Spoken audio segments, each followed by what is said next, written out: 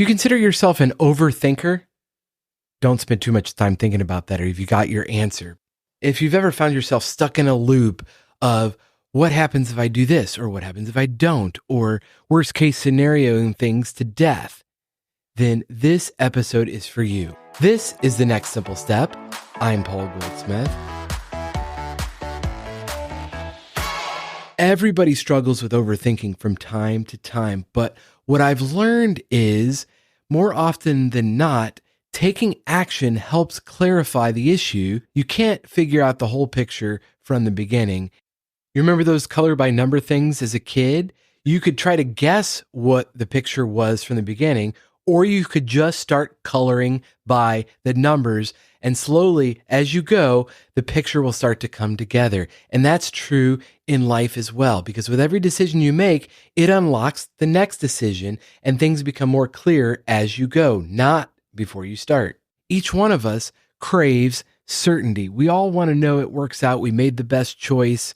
That's why when some people look at a menu, they can never decide. And that's why I always get the same thing every single time I go to the restaurant, because I don't have a lot of time to think about what all the other options are. Know what I like, and I stick with it. I do know in more serious matters, actually overanalyzing things can really lead to some serious problems at work or in life, and you can miss out on some real opportunities. And I saw this quote the other day from Dale Carnegie. He's a pretty successful dude from the last century. He said, "Inaction breeds doubt and fear. Action breeds confidence and courage. If you want to conquer fear, do not sit at home and think about it. Go out and get busy." I know you can make an error on the other side by starting before you're ready or making the wrong choice. That's a myth.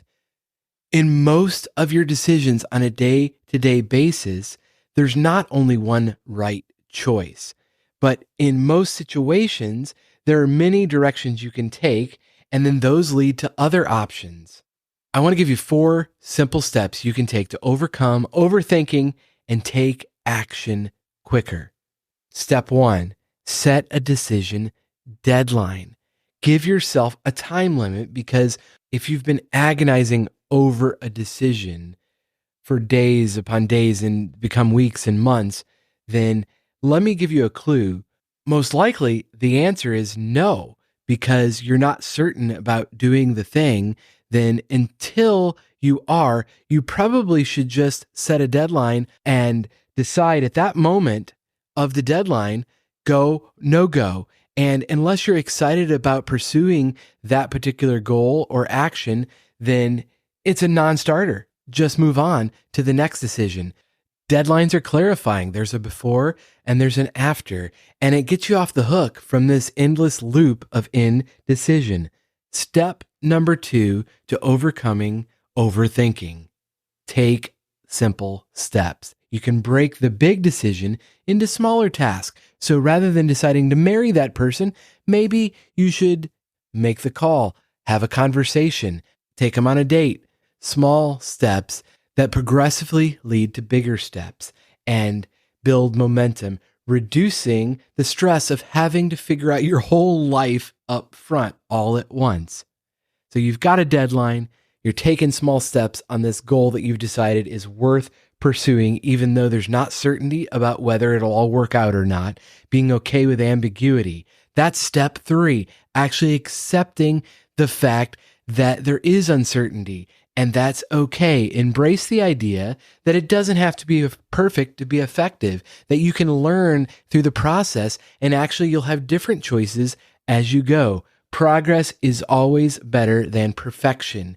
Every action you take gives you feedback to adjust and make new choices along the way. Step number 4 to overcoming overthinking. Limit your options. Eliminate the things that are clear that they're not progressing you on your goal. Research shows time and time again that the more options we have, the harder it is to make a decision. Paralysis by analysis. So by definition, limit your own choices. That's what happens when you get married. At the end of the day, you have to narrow down your decisions and then you pick from the best available options that are left. But that reduces the overwhelm from the beginning. We live in such a time and a land of abundance that everyone is on edge about embarrassing themselves. And I just think that if we all just acknowledge and embrace the uncertainty, life is so much better. Get over having to be perfect or having to make the right decisions. How about you make the best decision with the information you have today and just ask yourself, what is most important? And then eliminate everything else. And truly, if you decide that it's not that important, then let yourself off the hook. You don't have to worry about it for today. So I hope this has been helpful to you in making a decision. If you did, let me know how that goes at nextsimplestep.com or reach out on Paul J. Goldsmith on Instagram and X. And I'll talk to you next time on the next Simple Step Podcast.